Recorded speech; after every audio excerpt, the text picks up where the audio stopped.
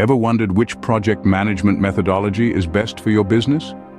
Welcome back to Random Mindset, where we decode ideas and concepts that shape our world. Today, we're unraveling the mystery of Agile and Waterfall methodologies.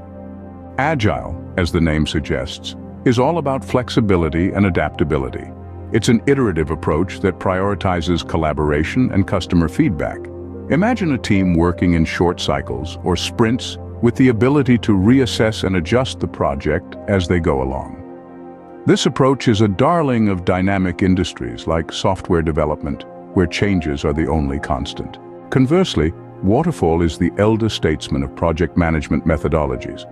It is a linear and sequential method that moves through defined phases. Picture a waterfall cascading down, from initiation to planning, execution, monitoring, and finally, closure. It's a structured flow, best suited for projects with clear and stable requirements, such as in construction or manufacturing. So how do these methodologies compare? Well, they differ in three key areas: flexibility, client involvement, and risk management. Agile is like a gymnast, flexible and ready to adapt mid-routine, while Waterfall is more of a marathon runner, sticking to a rigid step-by-step path. In terms of client involvement, Agile is like a friendly market vendor, encouraging continuous feedback and collaboration.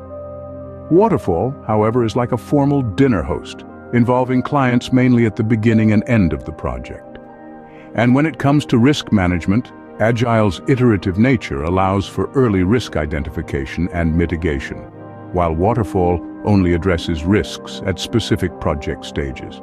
To sum it up, choosing between Agile and Waterfall depends on your project's nature, your specific requirements, and the level of adaptability needed. Both methodologies have their strengths and weaknesses, and understanding them is key to effective project management.